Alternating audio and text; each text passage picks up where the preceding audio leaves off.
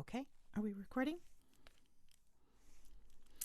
Hey everyone, welcome to Permission to Heal. I am Marcy Brockman and I am thrilled that you are here.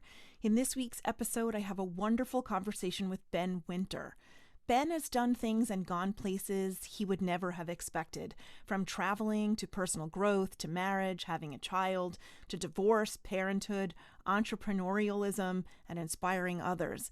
Ben has flown a plane on his own and accidentally went scuba diving in the Galapagos. You heard me, accidentally.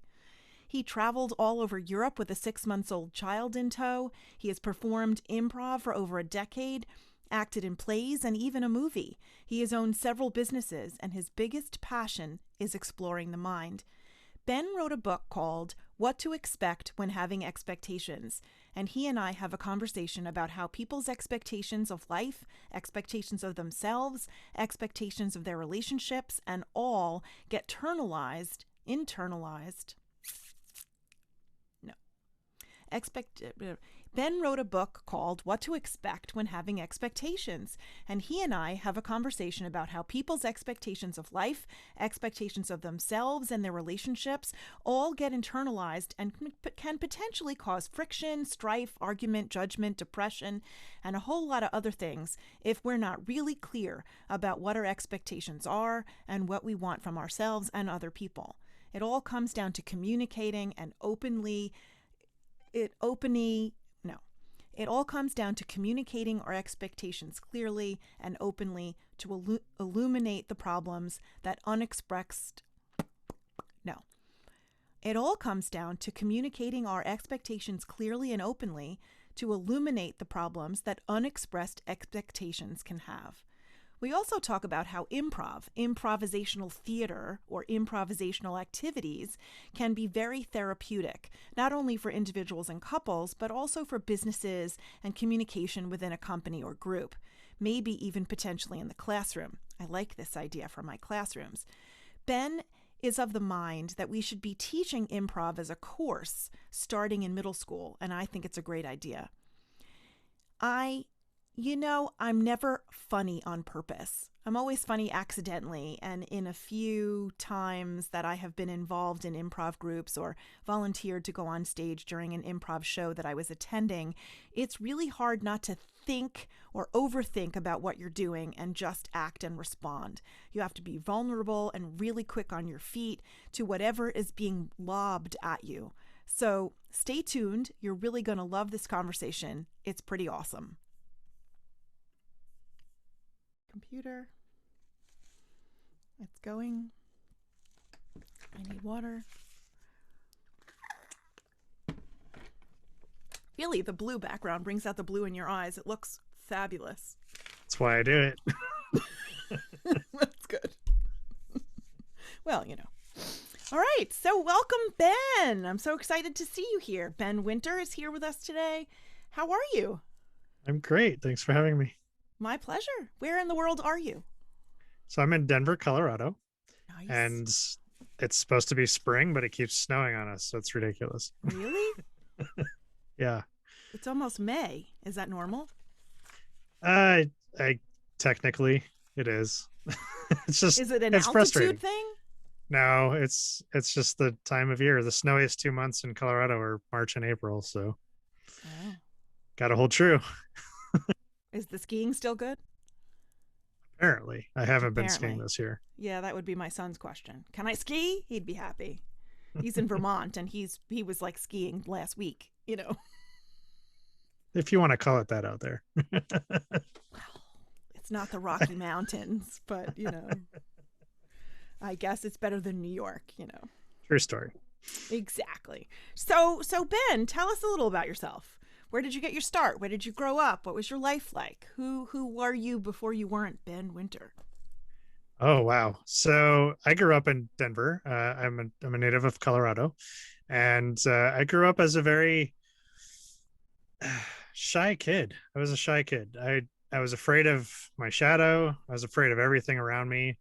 I didn't have a whole lot of friends, and I wanted to Oh, get through the youth. I wanted to get it through school, out of high school, and get it behind you. yeah, I just wanted to get it behind me. And didn't really break out of my shell until after college, actually. So, and from there, it's just several jobs, some interesting life experiences, some personal growth, learning some improv, starting my own business, and just kind of exploding. And as it is with flowers, they just kind of bloom at some point, and I think kind of feel like that's what happened. You bloomed. Yeah. Yay. It's always a good thing. And you've had a very interesting life. Lots of traveling, scuba diving in the Galapagos. What the heck was that like? That was some of the scariest moments in my life. Are you a scuba diver by nature anyway? It's funny because I knew I was going on a trip to some tropical location, but I didn't know where. So Galapagos was a surprise to me. But I went ahead and got my scuba certification, and then when we got down there, everybody that I was with in this group went scuba diving, and I was like, well, I want to go with my friends. I don't want to go like elsewhere. Sure. So they all went on an intermediate dive, and I've never been in the ocean with scuba gear. So put two and two together. Big difference from the swimming pool. Yeah, I was close to death a couple times. Oh my God. How did you get to the Galapagos and not know you were going? So I was doing some personal growth work, and part of it was like you're paying for this personal growth program and the trip at the end of it. Like you knew you were going to take a trip, but they don't tell you where you're going. So you kind of have to prepare. They kind of say, well, it's going to be somewhere warm. So, you dress accordingly. Pack. Yeah. Right. And you knew you needed your passport. So, from there, leaving the United States, it could be anywhere in the world at that point. Although this was around January, so we knew it had to be somewhere equator-ish. Sure. But we flew to Miami, and then we got our tickets to Quito, Ecuador. And that's where we found out, oh, hey, we're going to Ecuador. And then we got more details as time went on. Wow. Yeah. So, ended up in the ocean, almost ran out of air a couple times, and I'm alive to tell the tale. Well, good. Well, that's the important part. Wow. Okay, before we get too involved, let's do the 6 quick questions. Are you ready? Sure. Bring them on. Excellent. Okay. What 6 words would you use to describe yourself? Oh, my goodness. Okay, so let's see. I would say determined. I'm definitely opinionated. I'm not going to lie. I am. Okay. Creative and inspiring, funny and caring. That's a good list. Yeah. I like that list. I'm going to keep it. Well, good. It's your list. What's your favorite way to spend a day? I love when I have a day where I'm just hanging out with friends, doing a happy hour. And I got to do improv before that, so I was on stage doing an improv show and then hanging out with friends and just chatting away. It's just one of my favorite days ever. It's just the improv gets me in the mood to just be funny and witty and great. Mm-hmm. And the conversations are just so much more fun after that. That's awesome. Yeah, I love improv. There's an improv group. I haven't been since the whole COVID thing started, but they do a show late Friday nights at like 10:30 every Friday night in the basement of this theater building in a neighboring town. And the tickets are cheap. They're like $10, and you come in and there's cheap beer and like some snacks you can get. But it's like a theater in the round, and they've got a troupe of 6 regulars, and they are always just dragging audience members up on the stage and like doing these random. So much fun. Oh my God. So much fun. You gotta trust and be vulnerable and open up and not censor yourself. Don't think too much. Just respond. Yeah, you can't think at all. No. That's the trick. No, absolutely. Fun. We're going to talk a lot more about that. What is your favorite childhood memory? That's number 3. That would be my dog, my childhood dog. That dog, like I said, I was shy, I didn't like people. They always turned on me. So my dog was awesome. So I just remember using her as a pillow, watching TV, and she just didn't care at all. She was very happy. What kind of a dog? It was a mix. I don't remember too much, but yeah, a mix. What was her name? Sheba. Sheba. Yeah. I had a miniature schnauzer growing up named Candy, Oh. who supposedly was my dog but didn't like me all that much, and she'd come into my room just to pee on the carpet.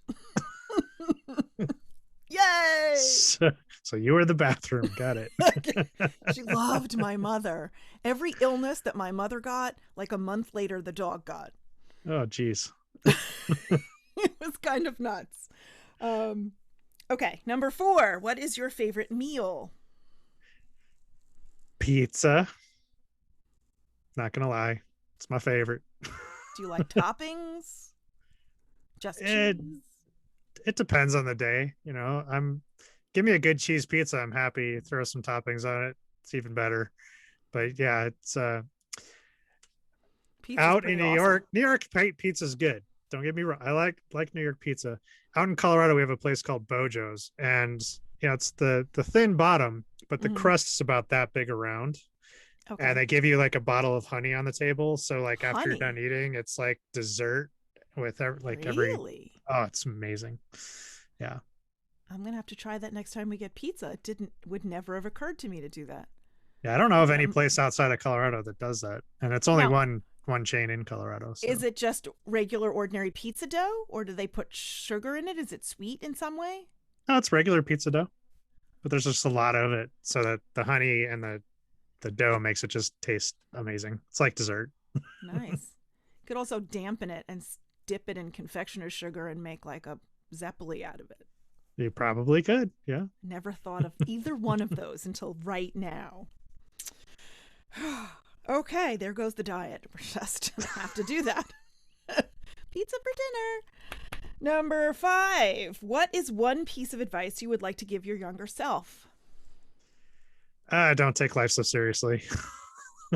Amen. I took life way too seriously as a kid, and yeah, this doesn't work. Every decision is monumental. Yeah, it is. It's not.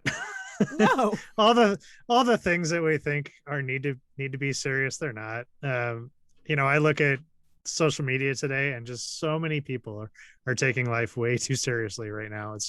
It's ridiculous. So just chill out.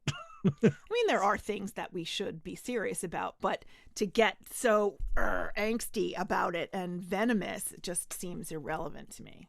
Yeah, it's a waste of time. Yeah, just a couple of weeks ago, I got a very nasty gram on Instagram telling me all sorts of awful, horrible things that should happen to me for no apparent reason. I mean, who am I? Some random chick from Long Island with a podcast, Hey, you got a fan. Right. Yay, I've made it. I've got a death threat. I don't know. It's insane. People are nuts.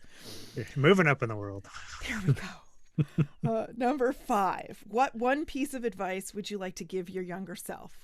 The same advice I just gave. Did I just ask you that twice? Yeah, don't take life too seriously. I did. Damn it. No wonder it sounded familiar. But I didn't change my mind, so it's a good thing. Oh, good. It's not like one of those surveys that asks you the same question 3 or 4 different ways. Yeah, exactly. I took one of those today, and I'm like, do you think I'm so stupid to not put the same answer? It's the same question. It's just a different page. Exactly. What the hell? Hey. All right, maybe we'll edit that out. Number 6. What is the one thing you would most like to change about the world? People taking life too seriously. I think that works perfectly right now.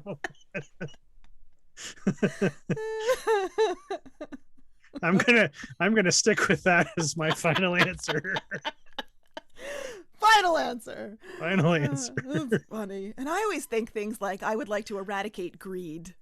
To me, if we eradicate greed, you get rid of everything that's bad about the world. People aren't going to, suck up all the power and the money and let other people die. If they're not greedy, they're not going to do any of those things. So, but yours is more fun. It kind of takes care of most things as well. There we go. We're done. We can be finished. The interview is over. We solved the world's problems today. And we did it in, I don't have a timer. We did it in 10 minutes. 12 minutes. Yeah. Right. Okay, so you have a company called Success Improv Business? No, It's the Success Success Improv. Improv. Yeah, I can't read my own notes. So let's tell me about that. I'm very interested in that. Yeah, so Success Improv is where we go into businesses and we teach them improv, whether that's for team building or just general improvement of the company culture, innovation, all various sorts of things that improv impacts in a positive way. So I hire you to come into my company, assuming I had more than myself as an employee. Let's say I had like 20 people. You know, Mm-hmm. you never know. What do you do? So we Ben, go we through. need your help. We're our morale is low. We don't trust each other. Nothing's getting anywhere. Shit's hitting the fan. Fix it. What do we do?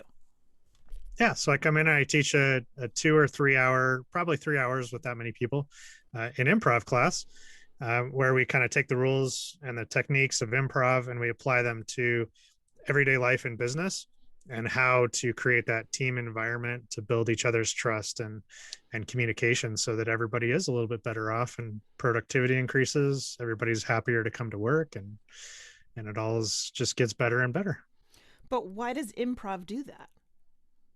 So if you think of it, every moment of every day of our lives, we improvise those moments. And Right. the show that you were talking about earlier, Mm-hmm. if you go to an improv show, the people that are on stage, they're following a set of rules.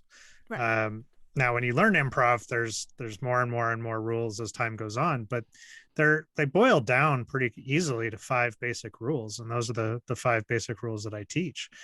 Um, and the most common rule that you'll ever hear in improv is yes and a lot of Mm-hmm. people, you'll say, is there a rule to improv? Yes and. Well, yes and is really just kind of accepting what is in the moment And then going and with it. adding with it, going with it, adding Right. on to it. And the big piece there is that in our lives, we don't take the moment to say, yeah, this is the shitty thing that's happening right now. Um, and what can I do about it? A Right. lot of times we're just like, no, it's not happening. No, nope, it's not me. No, I didn't do it. Nope, nope. Somebody else's fault. Like nobody accepts what's happening or their role in what's happening.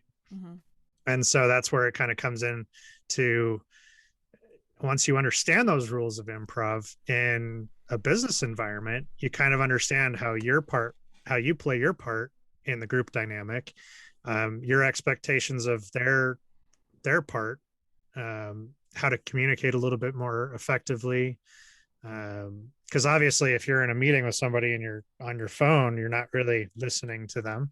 Mm-hmm. You're not communicating well, and there's lots of different things that can affect those relationships in business. And so, hopefully, by coming in, teaching those improv skills, whether that's me or somebody else, you'll see that there's a way to kind of move past the old stuff that didn't work and move towards a better progressive way and a different approach that actually creates more fun and better productivity and all that jazz.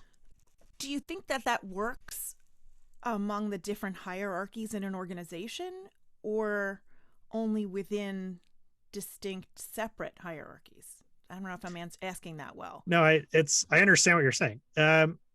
If oftentimes, I shouldn't say oftentimes, sometimes they'll go in and the manager got the team building for the team, and then they leave the room, and that always frustrates the hell out of me because the manager plays a big role in the team Yeah. environment. Yeah. And The even the manager sets the managers, tone. yeah, the manager's manager even. What I love to do is get everybody in the company on the same page, and then the magic really happens. But the beauty of improv is, even if only you know the rules, you're going to be better prepared to handle what comes your way, whether that's talking to your boss or talking to a subordinate. Doesn't Mm-hmm. matter. And that's the beauty of knowing the rules of improv and how they work and how they apply to life.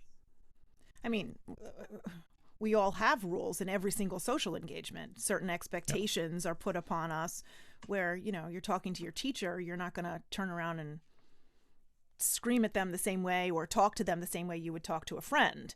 So I think we're already sort of engaging within rules. Yeah. And these are more of like the foundational rules that we were never taught as people. Um, like the yes and rule, accepting what is and adding to it. If you, one of the great examples of this is I love you, but you're crazy. And I love Mm, you, or I love you and you're crazy. There's a huge difference between the but huge and the and difference. there. Because one gives you hope and one does not. Right. And so in the world today, it's accepting what is and what can I do about it. It's not that like, oh, I don't have the money I want, I don't have the job that I want, I don't have the relationship that I want, and what can I do to move towards what it is that I want. If it's like I don't have the relationship that I want, but I'm fine with it, well, you're kind of giving up on your dreams at that point. I Mm, don't have the job that I want, but I'm good because the money's okay. Well, that's bullshit. right. It's like, You have to be happy, find something that brings you meaning, yeah. and be able to pay the bills. There's got to be something out there. So you can not enjoy your job, stay in it for a while, and look for something else in the meantime. It's not like you have to jump ship. Right. Some people do, and they find their way, and it's great. I'm too It's chicken shit for that. I couldn't do it. I'm a direct example. I quit a job with nothing planned, and I left for Europe for 3 months with a 6-month-old child, and not didn't have a clue what I was going to end up doing. Right. Wow.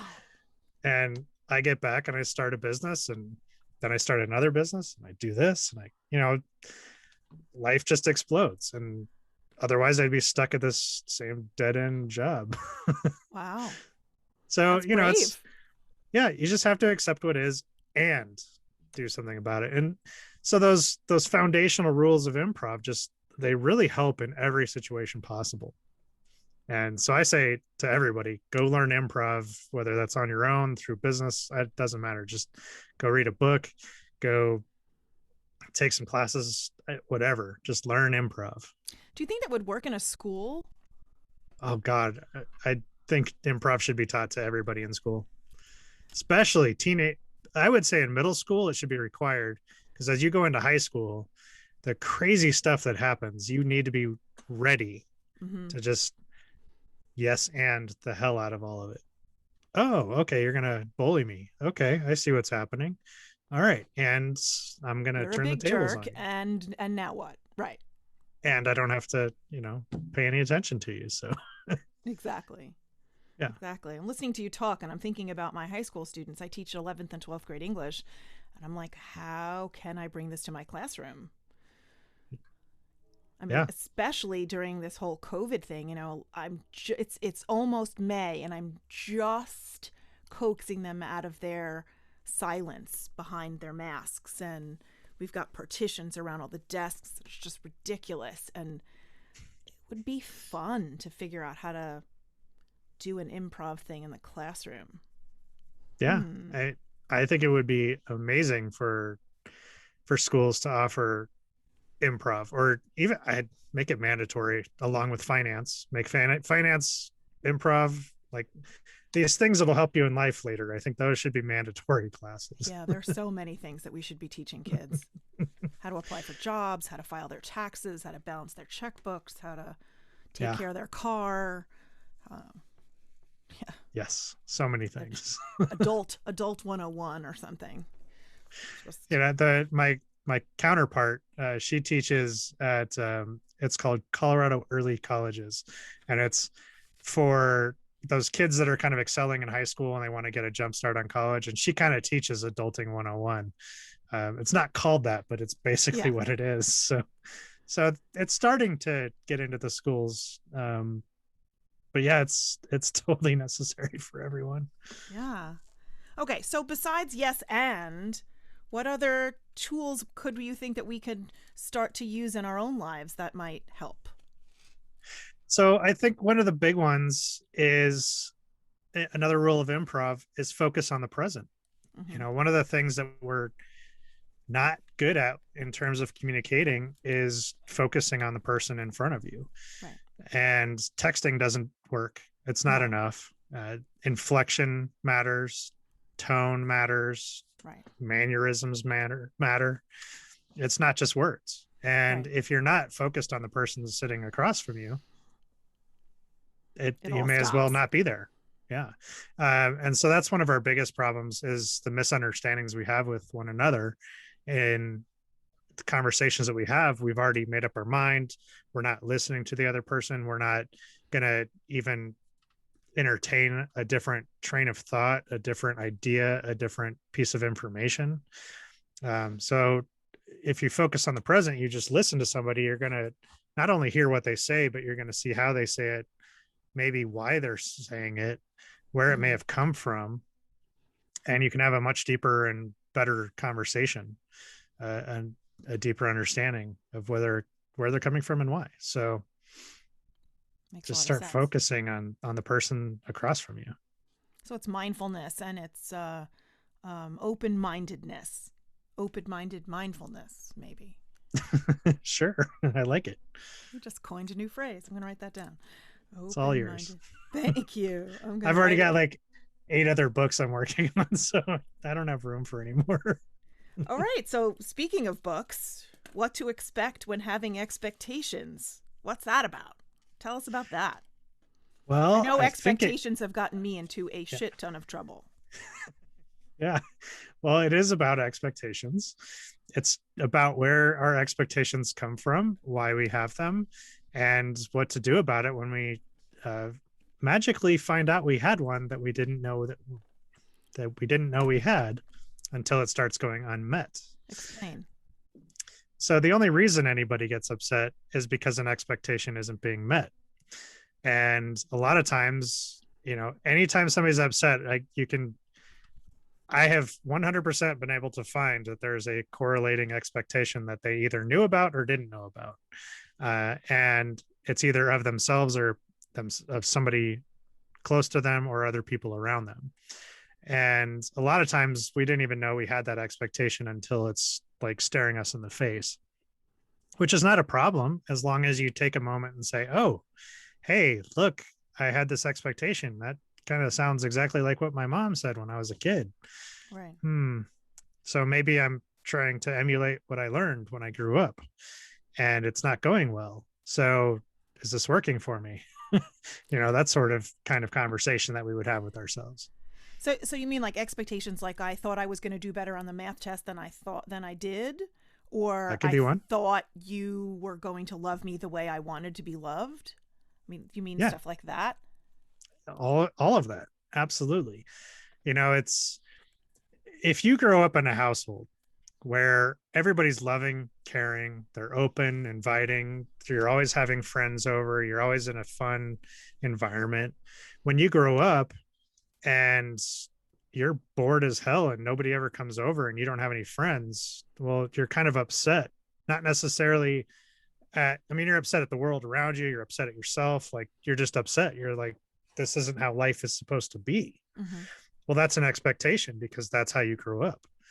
Um, on the other side, you may grow up hating that environment, saying there's Mm-hmm. too many people around. I never have time to myself. And then somehow you grow up and you have all the time in the world and you're just happy as can be because Right. you wanted something different. Um, you know, the other piece, the other side of that is maybe you grew up in a household where everybody was yelling and arguing and it was very non-inclusive and there was just lots of anger. Mm-hmm. And now you're out in the world and everybody's getting upset with you and you're just like, why does everybody hate me? Right. And well, if you grew up in an environment where you put out hate and anger, then that's what you're going to kind of get back. And if you don't like that, well, you kind of had an expectation of how this is how life is supposed to be because that's how you grew up. Now it could be that you grew up watching your parents and how they love each other. Maybe it's just words. Maybe they Mm-hmm. just talk about loving each other. Maybe you grew up with parents who were always affectionate, holding hands, cuddling on the couch every night, and you grow up, that's what love is. Um, some people grow up only receiving gifts, and that's how they knew their parents loved them or Mm-hmm. whatever. And so when Well, you they're all grow different up, love languages, but yeah. yeah, that's the love languages story right there. So when you grow up and you get into a relationship and they're not loving you the way you want to be loved or the way you think you're supposed to be loved, Mm-hmm. you don't really think that they love you. So a lot of these expectations we have of the world around us are subconscious. They're how we grew up. And you'll get into that relationship and somebody gives you a gift and you're like, well, that's great, but why aren't you like cuddling with me every night? Or like, Right. why are you never around? Like, I just want to spend time with you. And at some point you'll get upset, you'll get wildly upset, and you'll start yelling match, or you'll skip the part where you get therapy and figure out that this is the issue, and you'll get a divorce and whatever may happen. And a lot of times if we just stop and say, why am I upset? Well, I want them to be here cuddling with me at night. Mm-hmm. But have you told that person that? Right. Say, hey, this is It how could I just like be it. a request. Yeah, could just be a request. Because a lot of times we'll have these expectations of others, whether we know them or not. But Mm-hmm. even if we do know them, a lot of times we don't even talk about it to the person who's closest to us. We don't talk about it with the people around us. Do we take for granted that we think that they know? Do we think it's intuitive in some way? Or do we just not think we need to communicate it? It doesn't quite get to that level of thought.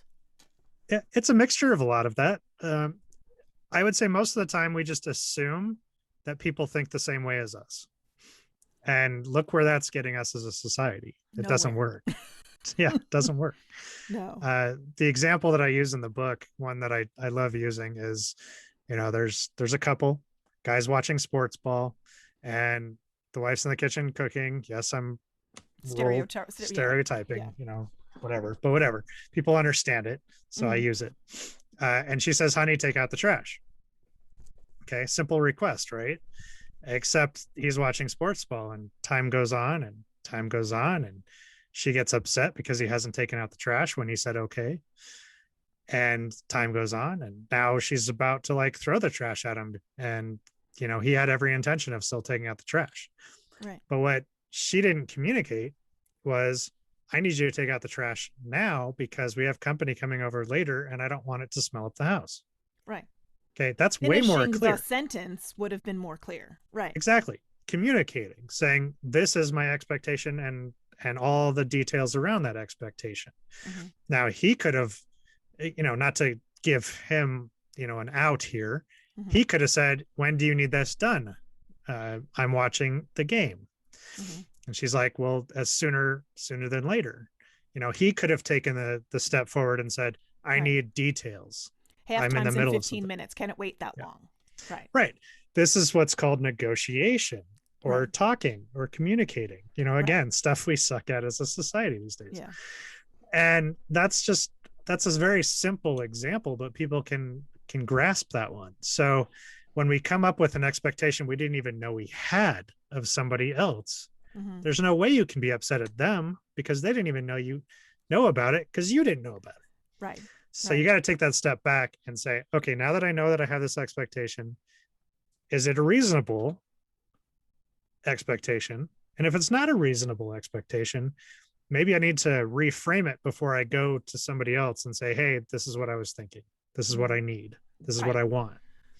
Yeah, that's how life has sort of worked out with my second marriage. Between negative expectations that I had from growing up and with my first marriage and earlier relationships, I had an expectation that I was going to be misunderstood. I had an expectation that I was going to be treated like crap and ignored. And I didn't like the way those expectations played out and made me feel. So I've gone into this I've rewritten the expectations. I've never explained it this way before, but I'm trying to make sense out of your way of looking at it with other things. So now I've gone into this new relationship with the expectation that it's going to be better and more clearly communicative, and I'm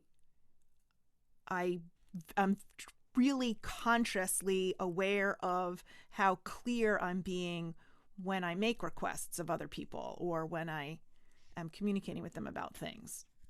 Yeah. So you've made that conscious choice, and right. And that's all it really starts with is choosing. I need something different. And maybe it's that I need to be specific about what I want. Maybe it's about taking a moment every time I get upset and saying, what's that about? Right. Yeah, yeah. Nobody's going to read your mind. That I learned very early on when my mother expected me to read hers, and it was just not possible. But I'll say Yeah. to my daughter, who's going to school now, she goes to school in Massachusetts, but she's home because all her classes are online because of COVID. So I'll say, in between classes today, could you clean out the litter box and vacuum, but do it before I get home from school?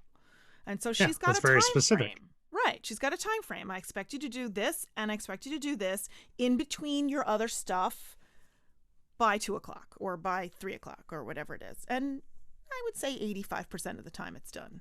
But that's a Yeah. pretty good result. Yeah.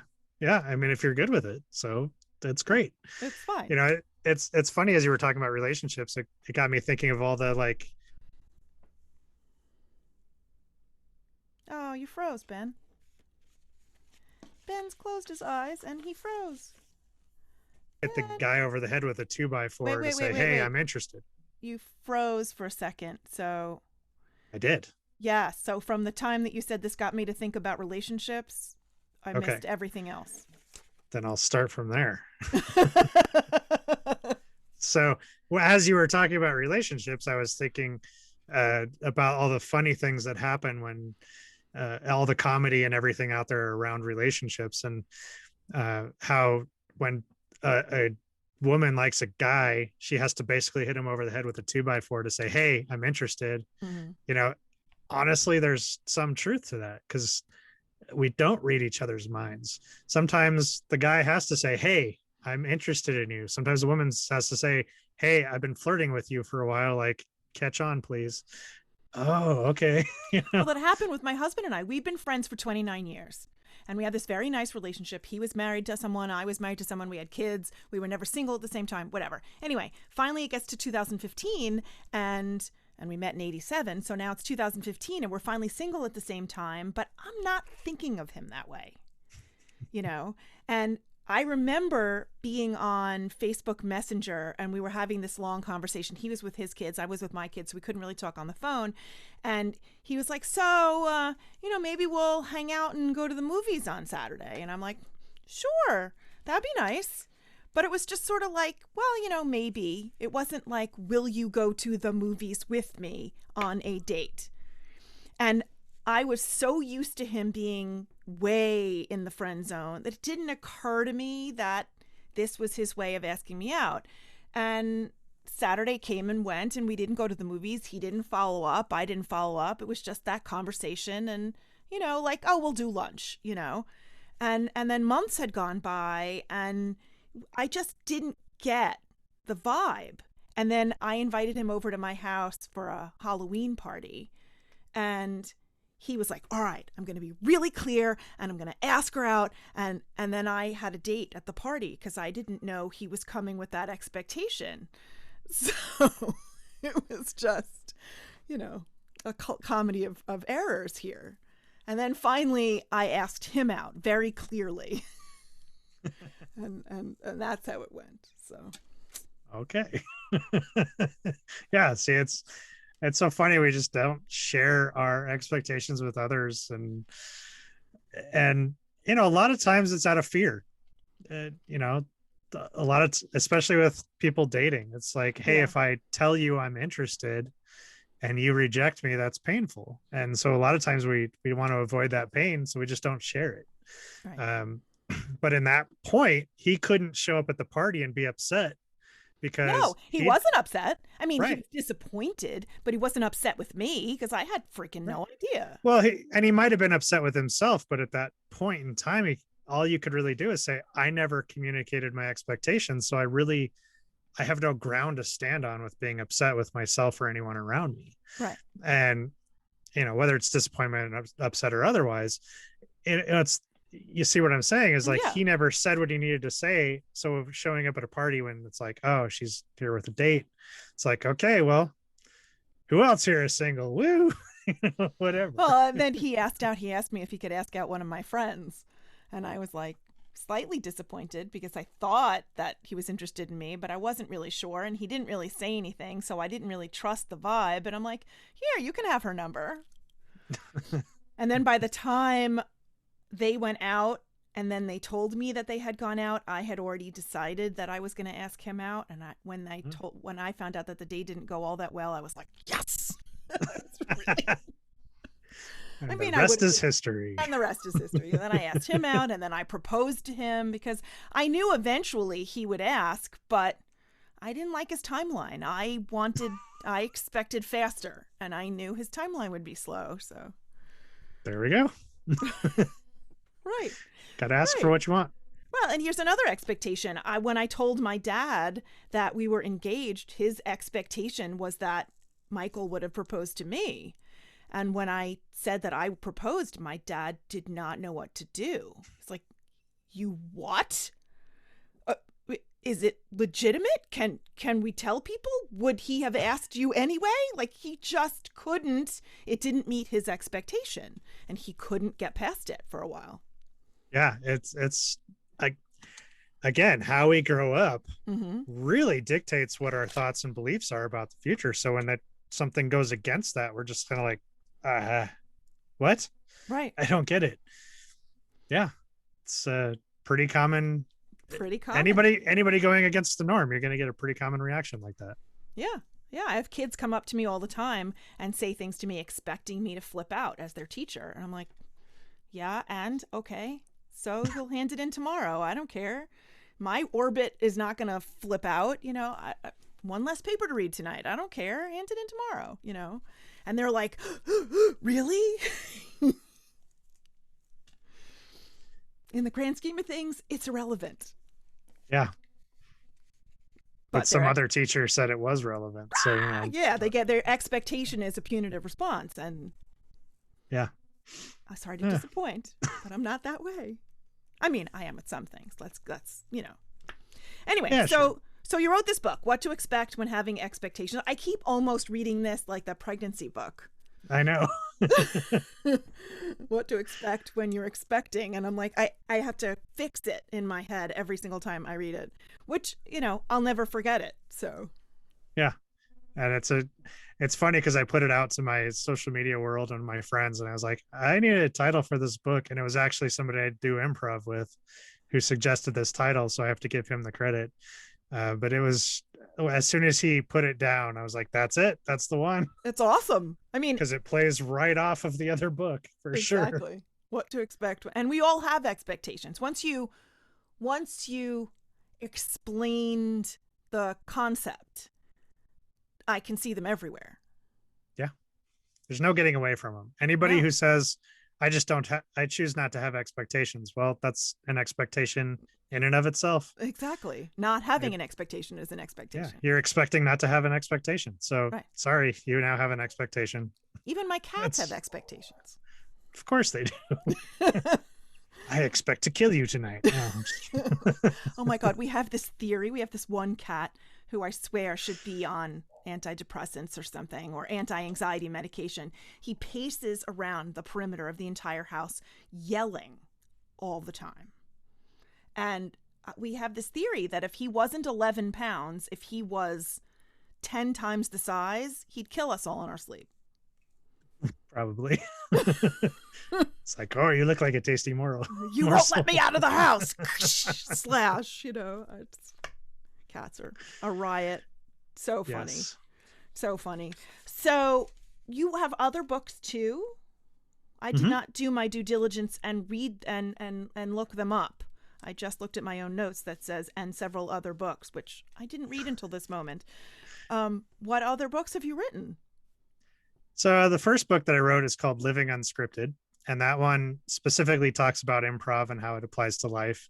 And it's almost the same material that I teach in my classes. But it's designed for the person who just wants to sit at home and read through it and see what they can take from it. So Living Unscripted is the first one. That one took me all of about a week to write, just because it was just like, I was just typing and it was just flowing out of me, and it was perfect. It was great. I absolutely love that book. The other ones that are in between the two are just variations of the first one. So like one's for business, one's for teams, one's for relationships. And so don't buy all of them. All the unscripted ones, just pick the one that's most relevant to you. Buy the ones that make the most sense. Yeah, because you'll start reading it, you're like, this is exactly the same, except the examples are different. So, Well, but it's whatever. good. It gets you fine tuned into different niches Exactly. So, so that it's more applicable to a yeah. And then specific clientele. book number 5 it's called Improve Your Self Esteem, but it's all improv with a lowercase e. Ah, Um, cute. that one's a lot of the same as the first, but I expanded into kind of my past and situations that occurred in my past and how they might have been different had I learned improv at a young age. So it kind of goes back to what you were talking about with what, should they teach improv in schools? And I know my life would have been drastically different had I had improv How way so? back when. Follow that thought. So I was bullied one time in high school, um, out of nowhere, because I was so naive about life. And apparently I did something to upset somebody who was 2 years older than me. And I'd never talked to him before or anything. And came up and swear to my face, made me feel like I was about to die, and then walked off. And I was like, holy crap. Right. Oh. And uh, I just kind of froze. I didn't know what to do. I was just like freaking out. Right. I wanted to just go home or get to my next class, get next to a teacher, somebody, like, just, I felt completely unsafe. You need home base, tag, Yeah. And I think having had improv in my backpack ready to go, I might have handled that situation completely differently. I might have been like, dude, we don't even talk. Like, what are you talking about? you know, I might have started asking him questions to get some clarification and maybe diffuse the situation. And I don't Well, know but if it so would have. what comes with that not only is a response or an arsenal or a tool belt of responses, but inherent in that improv experience is self-esteem building, is Yes. confidence. That that's the piece that would have allowed you, in my estimation, to stand up to the bully more than the tool belt of responses. I couldn't agree more. It is such a self confidence building tool, and I kind of feel like that's where most of my self confidence as an adult has come from, is doing Mm-hmm. improv. Um, but there's various things that happened in my life that, high school, I mean, college. I would have handled college so differently, having had improv. Mm-hmm. Again, self confidence at the end of the day is probably the main piece there. And that's why I call it Improve Your Self Esteem, because I think through improv you do improve your self esteem. And so that book, it's still the same rules and information, but it's kind of a deeper dive into my life and how things might Cool. have been different with some self esteem in my backpack. Do do these exercises for fun with your kid? He's been to some shows. He's pretty outgoing, self confident kid at the moment. He is only 11. He'll be 12 in August. Oh, you froze again. Frozen. Boop, boop, boop, boop, boop. So as the hormones start to mess up his brain. Wait, wait, wait, wait. You totally froze again. And you still haven't unfrozen.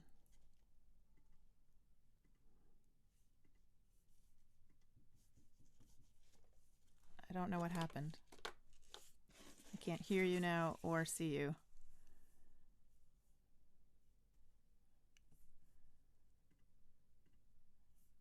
Okay, Ben, can you hear me at all?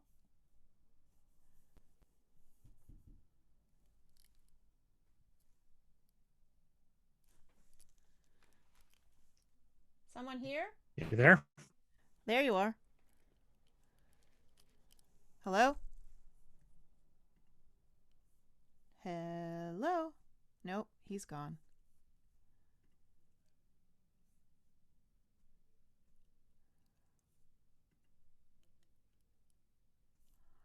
Ben Winter is gone.